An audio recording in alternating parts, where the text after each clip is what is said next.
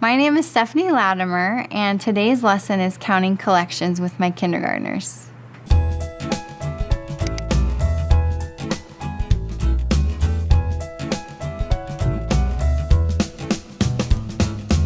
They are given a collection and some organizational tools, and they're asked to count whatever's in the collection. And then they are asked to record how they counted and what they counted. So I'm going to give you one thing to think about today before you go count your collections. Are you ready to hear the one thing? Yeah. It's with your recording. So as a teacher, I like being able to just have a short mini lesson that's like, you could try this today. So once you've counted your collection, I want you to think about your recording, Salman. And I'm noticing a lot of people are recording like this. So they're putting 10, 20, 30, and then they have their ones here and they're saying 31, 32, 33. And that's great. That's a great way to record how you counted. That's how you're saying your count. But I want to ask you something about this. Is there actually 20 things inside this cup? No. Show me on your fingers how many things are actually inside that cup. Yeah. So another way, go ahead and put your hands back in your cookie jar. Another way to show that, and I've noticed a couple people do this before, record like this. They put 10, 10, 10, and then below it you can tell me how you counted. 10, 20, 30, like that. Can you try that for me today? Yeah. If you would like to? Okay, so let's go over counting collections really quickly. I have a partner. You have to have collections that are at the right level for your kids. We had collections from 150 up to beyond 300. There's little like pom-poms from the craft store, marbles, baseball cards, any little thing that you can fit into a Ziploc bag that they can organize, they'll be able to count. You and your partner need to decide how we're gonna count. So you might have to play rock, paper, scissors about that. Either by 5s or by 10s is your choice today. Did I say 2s? No. We're just gonna do 5s or 10s today, okay? Sound good?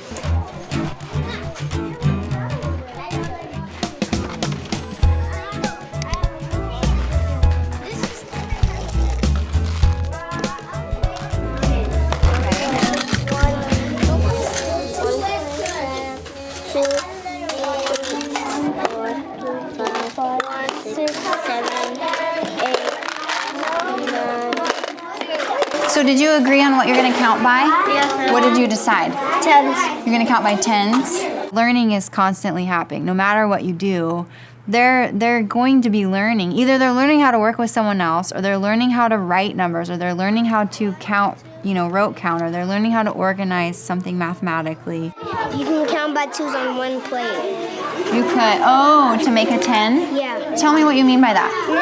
Like, you grab 2 and you say 2, 4,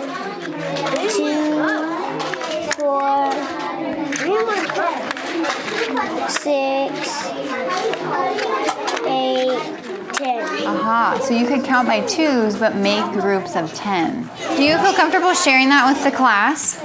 So Caleb had a really good idea is it because you like counting by 2s maybe? Okay, he was saying how you could still count by 2s, but make a group of 10. So do you want to show everyone what you mean by that? 2, 4, 8, 6. We're surrounded. 8, 10. 10, yeah. So you see how he counted by 2s to make a group of 10? So you could try that if you want to, too, with your group. Go ahead and keep counting. Thanks, Caleb. That's a good idea. What are you guys counting by? Be 10s. By 10s, okay. So you're using plates to put groups of 10, and then you're using a 10 frame.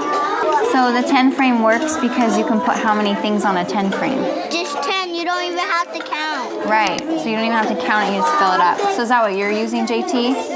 Okay. So I'm going to come back once you have your count organized and see how many you have. Okay? 9, 10. my expectations are that once they have their count organized and they have recorded their count, then they raise their hand and I come over and we talk about what they did. So you did what I asked you to try. You put the tens, you told me how many tens, and then you counted up at the bottom. So if you were gonna write down right here how many were there, what would you write? So that says 31, but you said 131. So what do you need in the front there? That would just be a 1. There you go. So what's your number again? 131. Okay. So something I was excited to see was a lot of my kids making hundreds, because that's kind of the next step that I've been guiding in my conferences. So I'm gonna help sticking them together. So like erase this. So making hundreds? Yeah. Is that what you want to do? Make hundreds? Yeah. Okay. JT, are you interested in making hundreds also? Yeah. So can you put your boards down for a second and we can do this together? So we have 10 here, right? Yeah. So what if I put these? Now how many do we have? 20, Okay. 30, 40, 50, 60, 70, 80, 90. 100. So we want to stop there, right? So we know we have 100 there. So Mari, you could just draw this. JT, what if you just circled 100? Do you know what I mean by that? Not sure? Okay, let me tell you what I mean. So we could count up to 100 and then you could just circle it with your pencil. So let's count.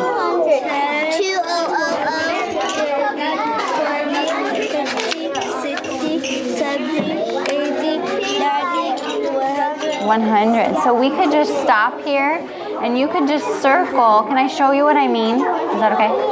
So you could just circle this and write what? How many did we just count? 100. And you just write 100 like that.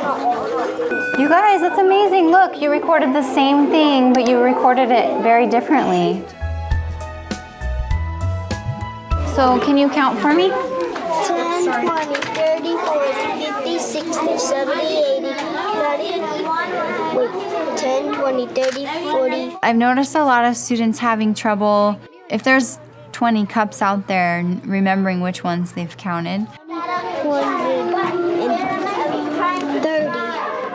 So this says 200 though. So when I count, sometimes it helps me to move the ones I've counted so that I know I already counted them. Do you want to try that? Why don't you try that and see if that helps you get to what you recorded? 10, 20, 30.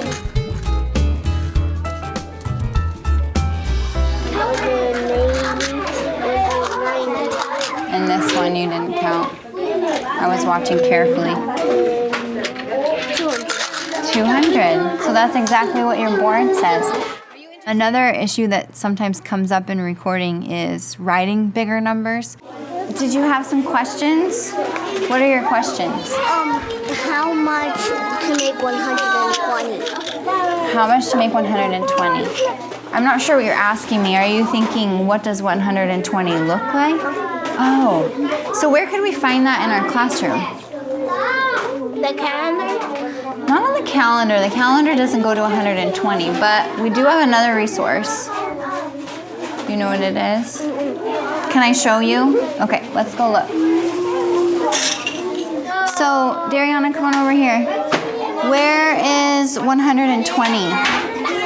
Ooh, you're pointing to two different things and they have the same number, so I can see why you're confused.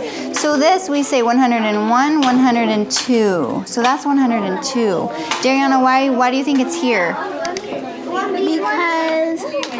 Because we have 1, 2, 0. Right, so we know that this is what? 120. Well, just without the 1, it's 20, right? So this is 120. So why don't you go ahead and make sure you have that written on your clipboards, and then you can get a new collection. Honestly, it's one of the days where I'm planning math and I think, yes, we're counting collections, because it's very independent for them, and it's a great way for me to check in with each of my students and kind of see where they are in a lot of different areas. Socially, are they working well together with somebody else? But mathematically, are they reasoning through things? Are they persevering? Are they not giving up on themselves? And are they understanding the kind of the concepts that we've been discussing? Everything should be getting put away.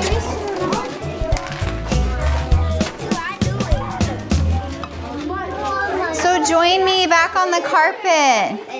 I wanted to show you guys this count. When I came over, they had it like this already. So I could tell that this was 100. Can you tell that? Yeah. I could tell these were all 10s. Can you tell that? Yeah. And I could tell that these are 1s. So, Courtney, can you count this with me? And I'm going to help you out a little bit. 100, 110, 120, 130, 140, 150, 151, 152, 153. So then I asked Courtney, I said, how many 100s do you have? And what did you say? 1. Because it's right here. It's really obvious, right? And I said, how many 10s do you have? And what did you say? 5. 5. And then how many 1s do you have? 3. 3. So 153. Isn't that really easy to see? The way they recorded that?